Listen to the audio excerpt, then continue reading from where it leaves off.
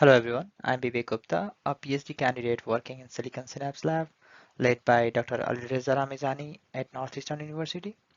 I'm going to present my accepted paper called Bounding Flight Control of Dynamic Morphing Wings uh, in AM 2024. This slide is for acknowledging all the authors who were involved in this project.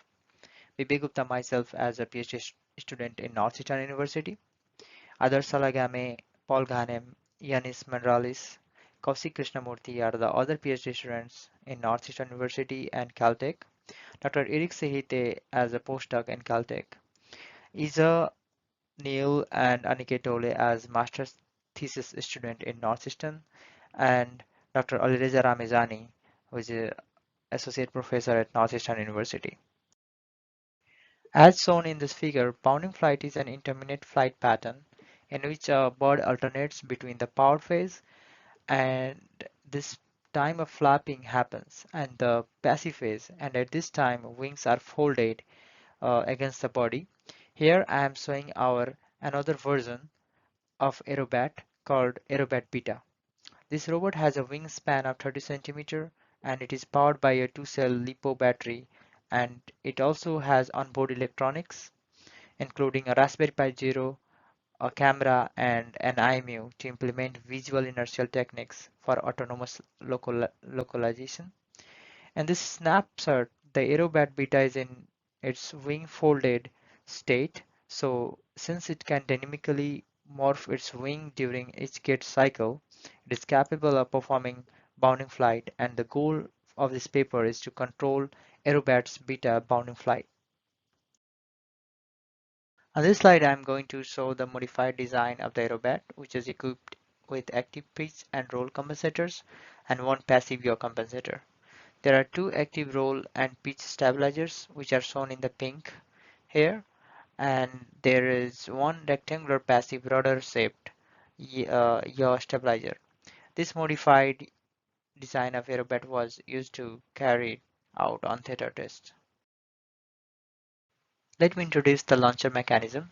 This launcher is specifically designed to maintain consistent initial flight conditions for our untethered tests. It consists of a launch rail, a gripper assembly, a release cam, and an actuator assembly, all mounted on a tripod. The actuator assembly includes a brushless DC motor, a harmonic drive, and an encoder. This assembly is torque controlled using a PID controller to achieve the desired launch speeds. The gripper assembly is attached to a timing belt driven by a pulley connected to the actuator assembly.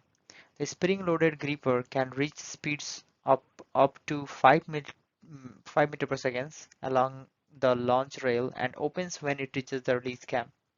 In short, we place the Aerobat on the gripper and use the launcher to initiate its flight. This slide explains the modeling of Aerobat simulations in MATLAB. The dynamical equations of motion for the Aerobat is written on the top following Lagrangian formalism, where the configuration vector Q embodies underactuated coordinates Qu, which is orientation and position of the Aerobat, whereas the actuated wing coordinates Qa. Here D, C, G are mass inertia, Coriolis, and gravity matrices. Ji, Jr, and Jp are Jacobian matrices that map the external wing and compensator forces to the generalized coordinates Qi. Also, Y denotes aerodynamic forces, which is being calculated from the aerodynamical model, and Fr and Fp denotes the compensator actions. Now we partition this whole dynamics to write the governing equations for the underactuated coordinates that are position and orientation only. The below two equations are the part of this middle equation, which only counts for the underactuated coordinates. So here I'm showing the full dynamics of this Aerobat system. Here, as x1 is the state vector, which is underactuated coordinates and its derivative. F is the term shown over here. G1 is the term shown over here. And The dynamical equations for aerodynamics is also shown here. We can notice an extended X3, which is because the closed loop control design now involves multi-robot system, Aerobat and multi-rotor systems, which interacts with each other without having knowledge of each other's state information. The aerodynamical model is much more explained in our other paper, which is referenced in this slide. It is here. So, using the aerodynamic model, we establish a state observer for x3 to augment feedback u so that x2 dot remains bounded and stable. The set of equations shown on this top are the estimated x states x1 hat, x2 hat, and x3 hat. So we can define either ei, which is equal to x1 hat minus x1 for I is equal to 1 to 3. Here x1 is our observations, and the equation in the middle shows our observer model. Beta 1, beta 2, beta 3 are observer gains, and I is the identity matrix. Based on the bounds of bound for f, g1 and g2, we tune the observer. The controller for used for the bounding flight, which is given by this equation in the bottom, where u naught is equal to k times x2, where k is controller gain and x2 is the state vector. Here in this slide, I'm showing Aerobat wing position from experiment and simulation. The top one is snapshot from simulation, whereas the below one is from experiment. We can see on the both downstroke and upstroke section, the flapping pattern is very much comparable, as we can see from these figures.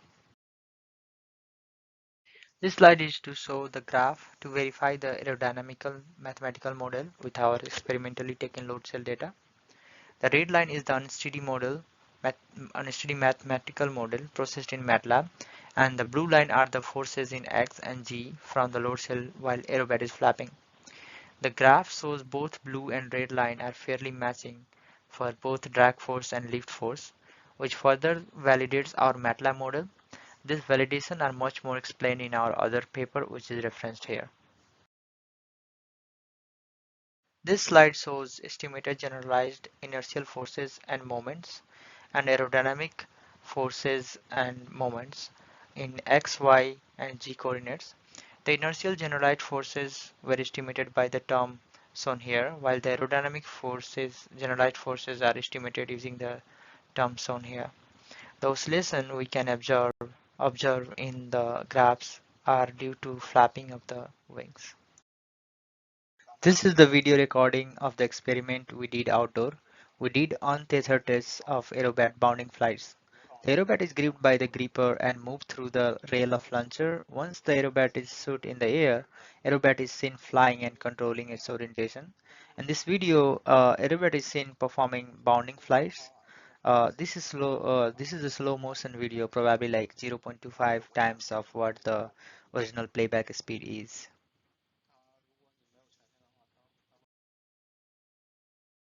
Here I am showing some experimental results. We took IME measurements for several experiments while Aerobat performing bounding flights. The red line denotes pitch angle, the blue line denotes roll, while the yaw angles are denoted by green line. Around the midway of the flight, the roll, pitch, yaw goes away from zero, but it converges back around zero around the end of the flight. As a conclusion, we show robotic bounding flights using Aerobat as it is capable of dynamically morphing its wing while implementing its flapping gaze. We design launcher mechanisms so that we can maintain the same initial conditions at the start of each untethered flight test. We also added tiny thruster to stabilize its unstable roll, pitch, and yaw dynamics, and a controller based on extending Aerobat states to accommodate unobservable aerodynamics forces were designed. The controller was utilized to control bounding flights of Aerobat in the experiments. Thank you everyone for watching this video presentation. Thanks a lot.